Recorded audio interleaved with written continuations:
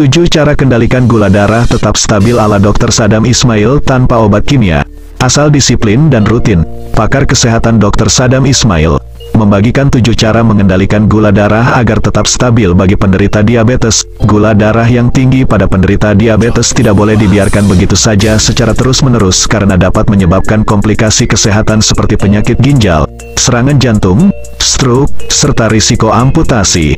Oleh sebab itu kalian perlu mengetahui bagaimana cara mengendalikan kadar gula darah agar tetap stabil dan terhindar dari risiko komplikasi. Berikut penjelasannya seperti dikutip dari kanal YouTube Sadam Ismail.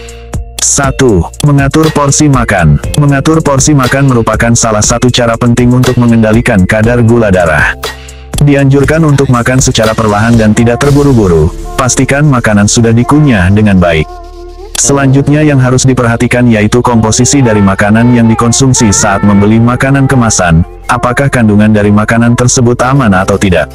Selain itu, sebisa mungkin makan dengan porsi yang secukupnya atau dengan porsi yang kecil dan jangan berlebihan.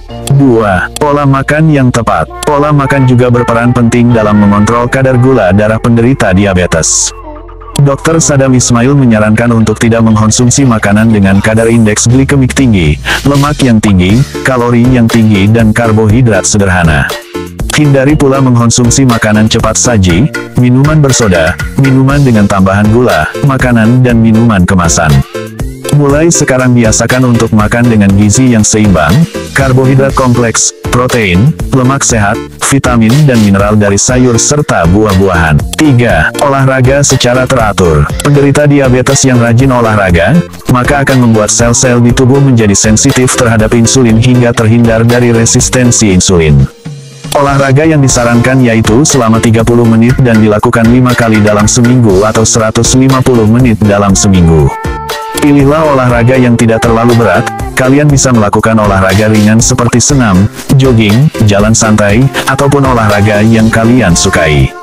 Perlu diperhatikan, kegiatan olahraga dilarang bagi orang yang mempunyai kadar gula darah di bawah 70, karena bisa menyebabkan lemas hingga pingsan, begitu pula dengan kadar gula di atas 200 juga tidak diperbolehkan. Usahakan kadar gula dalam kondisi yang stabil.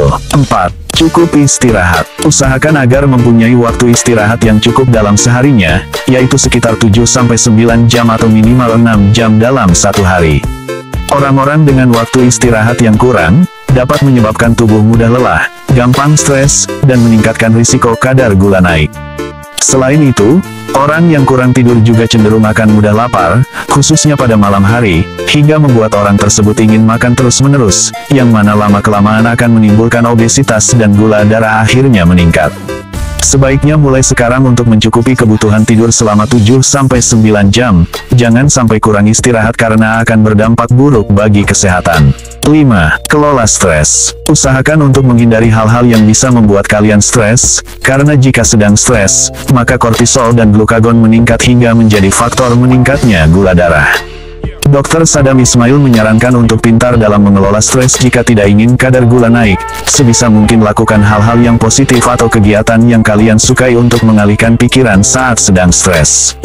Stres tidak boleh dianggap remeh karena dapat mempengaruhi seluruh tubuh, termasuk gula darah. 6. Rutin mengecek kadar gula darah. Rutin mengecek kadar gula darah bagi penderita diabetes sangat dianjurkan, karena dari situ kita bisa mengetahui apakah kadar gula darah sedang tinggi, rendah, atau normal. Bagi yang mempunyai uang lebih maka sebaiknya untuk membeli alat cek gula darah portabel yang banyak dijual di toko alat kesehatan maupun di apotek. Nantinya kalian tidak perlu repot-repot lagi untuk datang ke fasilitas kesehatan atau dokter untuk mengecek kadar gula darah, kalian bisa melakukannya sendiri di rumah. 7. Mengkonsumsi suplemen tambahan. Mengkonsumsi suplemen tambahan bertujuan untuk memenuhi kebutuhan gizi ataupun nutrisi. Jika merasa bahwa kebutuhan gizi ataupun nutrisi harian tidak tercukupi dengan baik, maka disarankan untuk mengkonsumsi suplemen tambahan. Tetapi jika pola makan harian kalian sudah cukup untuk memenuhi kebutuhan gizi, nutrisi, vitamin dan lainnya, maka tidak perlu konsumsi suplemen tambahan.